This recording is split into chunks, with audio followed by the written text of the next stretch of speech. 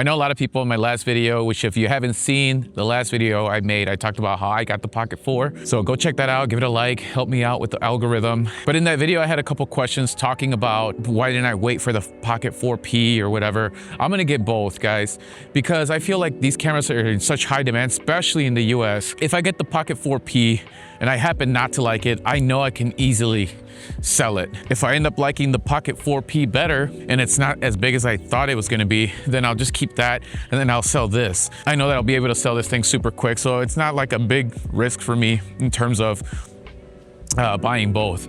But I might keep both, I don't know. I feel like it's a little redundant. I feel like if I have the Pocket 4P and I really like it, I'm pretty sure the Pocket 4P can do what this can do, but a lot better with the dual lenses and stuff like that. The only thing, guys, is that gimbal head just looks really big. I didn't like, I saw Jonathan posted some videos. He also was the one that posted the video about buying his Pocket 4 on eBay, and then I went and checked it out, and then I saw they also had it on Amazon. I've been waiting on DLOG for so long, and I was hoping that they would finally put it on these cameras, and they did. So, which makes me excited because I feel like the next action camera is gonna have DLOG. Because if the next action camera has DLOG, I'm gonna be psyched about it. Because honestly, guys, I'm gonna turn back. I'm wearing, check it out. I'm wearing my boots today.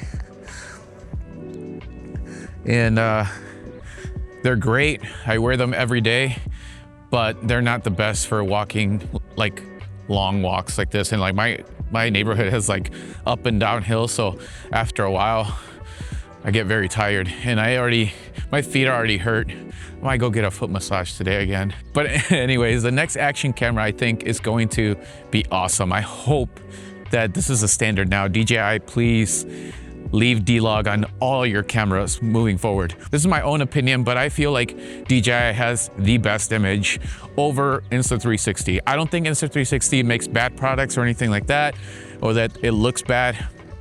I just like a more natural looking image, and this looks super nice. It's got a nice soft look to it.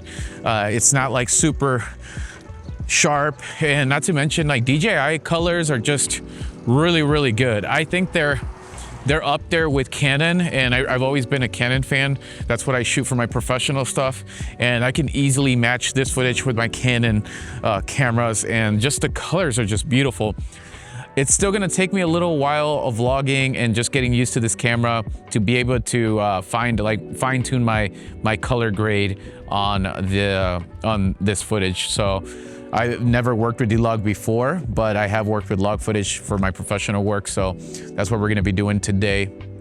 I'm waiting on the little tripod legs.